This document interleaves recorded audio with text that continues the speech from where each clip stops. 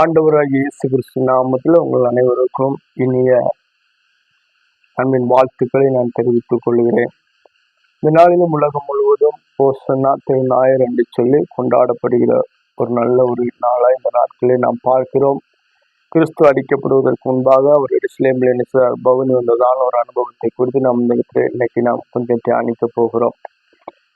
ஓசனா என்று சொல்லப்படும் போது கர்த்தாவே வாரும் ரட்சியும் காரியத்தை வாக்கியம் பண்ணும் என்று சொல்லி நாம் வேதத்தில் வாசிக்கிறோம்.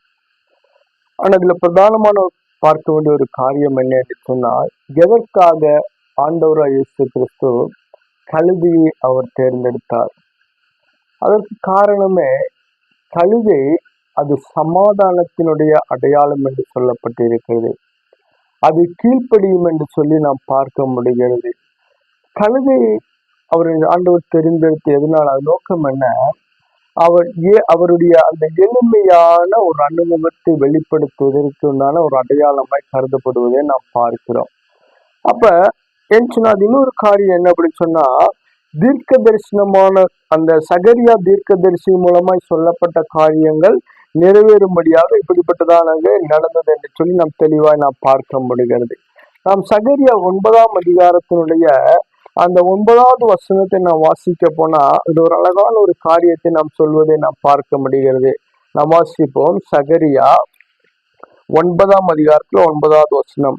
சீயோன் குமாரத்தியை மிகவும் கலிகூறு, எருசலேம் குமாரத்தியை கம்பீரி, இதோ உன் ராஜா உன்னிடத்தில் வருகிறார், அவர் நீதியுள்ளவரும் ரட்சிக்கிறவரும் தாழ்மையுள்ளவரும் கழுதையின் மேலும் கழுதை குட்டியாகிய மரியின் மேலும் ஏறி வருகிறதுமா இருக்கிறார் என்று சொல்லி அங்க ஓசியா தீர்க்கதரிசி மூலமா ஒரு காரியத்தை சொல்வதை நாம் பார்க்கிறோம். இந்த இடத்துல உன் ராஜா உன்னிடத்தில் வருகிறார் என்று சொல்லி ஒரு வார்த்தை நமக்கு மையப்படுத்துவதை நாம் பார்க்க முடிகிறது.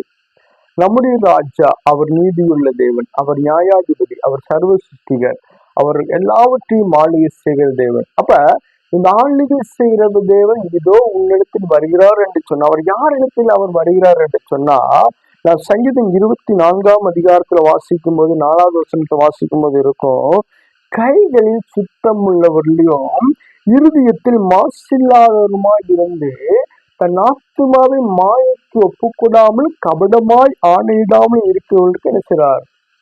வருவார் என்று சொல்லி நம்ம பார்க்கிறோம். அப்ப இன்னைக்கு அந்த கைகள் சுத்தம், இருதயத்தில் மாசு இல்லாத ஒரு அனுபவம். ஏன் இந்த இருதய மாசை குறித்து நாம் பார்க்கும்போது, இன்னைக்கு அநேகப்பட்ட இருதயம் திருக்குள்ளதும் வஞ்சகமும் கேடும் நிறைந்ததான அனுபவத்தை பார்க்கிறோம். அப்ப இப்படிப்பட்டவர்களுக்கு அவர் வருவது கிடையாது. உன் ராஜா உன்னிடத்தில் வருவார் என்று சொன்னால் அதற்கு சில தகுதிகள் நமக்கு இருக்க வேண்டும். அந்த தகுதி என்னென்னு சொன்ன, கைகளில் சுத்தம் இருக்கணும், இருதயத்தில் மாசு இல்லாம இருக்கணும். ரெண்டாவது 3வது என்ன பார்க்கிறோம்? ஆத்துமாவை மாயைக்கு ஒப்பு கொடுக்க கூடாது. இன்னைக்கு ஆத்துமா மாயத்துக்குள் இருக்கிற அனுபவம். ஆத்மாவானது உலகத்துக்குள்ள இருக்கிறதான காரியங்களுக்குள்ளாக தன்னை ஈடுபடுத்தி ஆத்மாவை கரைப்படுத்தி ஆத்மாக்குள்ள எனக்கு சுத்தமில்லாத ஒரு அனுபவத்துக்குள்ள நான் வாழ்ந்து கொண்டு கர்த்தர் வருகிறார் வருகிறார் வருகிறார் என்று சொன்னா, அவர் நம்மிடத்தில் வரப்போறதே கிடையாது. ஏதோ ஒரு ராஜா உன்னிடத்தில் வருகிறார், என்னிடத்தில் என் ஆண்டவர் வர வேண்டும் என்று சொன்னால் என் இருதயம் பரிசுத்தமுள்ளதா இருக்கணும், என் இருதயத்துல மாசு இருக்கக்கூடாது, வஞ்சனை இருக்கக்கூடாது, பொறாமைகள் இருக்கக்கூடாது, கபடான தன்மை இல்லாதபடிக்கு என்ன செய்யணும்? நான் என்னை நானே பரிசுத்தப்படுத்திக் கொள்ளும் போதுதான் என் ராஜா என்னிடத்தில் வருவார் என்று சொல்லி நாம் பார்க்க முடிகிறது. அப்ப இன்னொரு வசனத்தை வாசிக்கும் போது இருக்கோ, நம்ம வாசிப்போம். பிலிப்பியர் 4ஆம் அதிகாரத்துல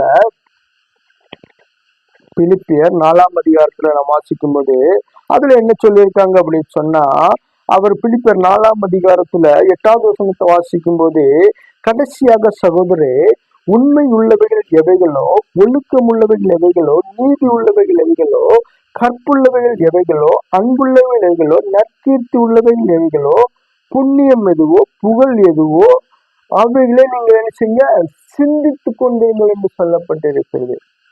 அப்ப ஆத்மால மாயப்படக்கூடாது, என் சிந்தனையில அந்தகாரப்படக்கூடாது. அப்ப என்ன சொல்றாரு? எல்லாத்திலும் நல்லவைகளை சிந்தித்து நாம் நினைக்கணும், தெய்வத்துக்கு பிரியமான தெய்வத்துக்கு சுத்தமான சிந்தித்து நாம் வாழுகிற ஒரு அனுபவம் இருக்கும்போது மட்டும்தான் என் ராஜா என்னிடத்தில் வருவார். வாழ்க்கை ஏனோ தானோ என்று சொல்லி இருக்கும் என்று சொன்னார். என் வாழ்க்கையில ஏதோ ஏதோ வாழ்ந்தோம், கொஞ்சம் வாழ்ந்தோம் போனோம் என்று சொல்லல. நான் இருக்கிற கொஞ்ச நாட்கள் இல்லாத விஷயம் இன்னைக்கு எருசலேம் பவுனியா என் ஆண்டவர் வருகிறார் என்று சொல்லுகிற அந்த அடையாளத்தின் முகாந்திரமாக நாம் இந்த தேசத்திலே பவுனியாக நாம் போகும் பொழுது மற்றவர்களுக்கு முன்பாக நான் சாட்சி உள்ள ஜீவிதம் வாழுகிறேனா? ஏதோ வருடத்துக்கு ஒரு நாள் ஒரு பவனி போவதல்ல ஒரு பிரதானமான காரியம். நான் போகிற பவனியிலே எனக்கு ஒரு சாட்சி உருவாக வேண்டும். என் இதயத்துல கபடம் இருக்கக்கூடாது, என் ஆத்துமால வஞ்சகம் இருக்கக்கூடாது, எனக்குள்ள பொறாமைகள் இருக்கக்கூடாது, எனக்குள்ள வைராக்கியம் இருக்கக்கூடாது. இப்படிப்பட்ட அனுபவத்தோடு கூட நாம் பவனி போகும் பொழுது நான் என் ராஜா அவர் என்னோடு கூட நடந்து வருகிறோம். நான் பவனி போகும்போது அதை பார்த்து அநேக ஆத்துமாக்களை நம்முடைய ஆலய பிரகாரம் அழைத்து வரும் தேவன்.